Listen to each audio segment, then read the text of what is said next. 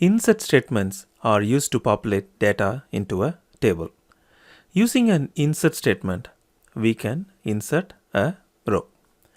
Or using a combination of an insert and select statement, we can insert multiple rows. Let us explore.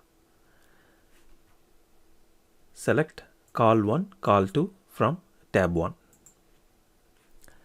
Now, I am going to insert a row with value 11 for call1 and AA for call2.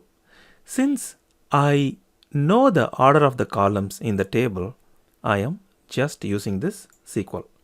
Insert into tab 1 values 11 AA. Let us verify it.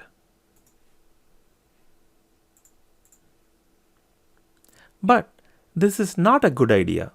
If the table's structure changes, then you would have to modify your SQL codes also. So let us be more specific this time.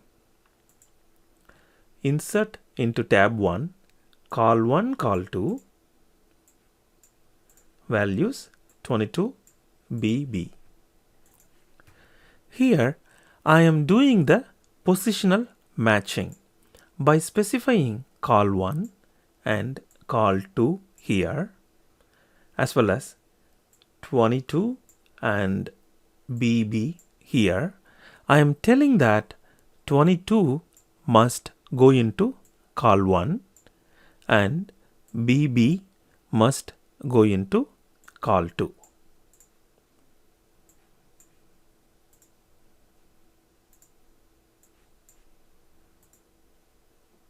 Okay. We can also add partial data in a row. Insert into tab 1, call1, values 33.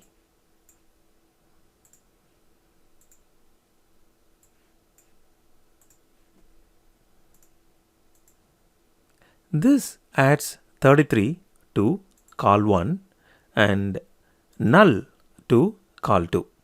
Of course, this will work only if the other columns can accept null values or they are non-null columns with default values. We can also insert multiple rows with a combination of insert and select. Select star from tab 2, which has call 3 and call 4. Insert into tab 1, select star from tab 2. Notice that when we use a select statement, the values keyword should not be used. Here we use the values keyword, right? So that should not be used.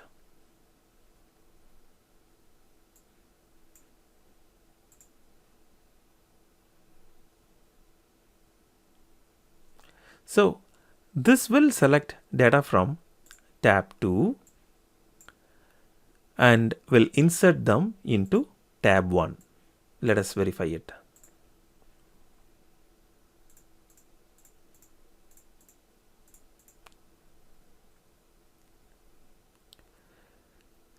The number of columns should match and the data type also should be compatible.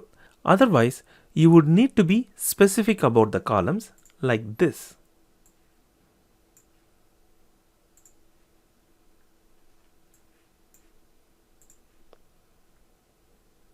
Okay, I'm going to roll back everything for further lessons.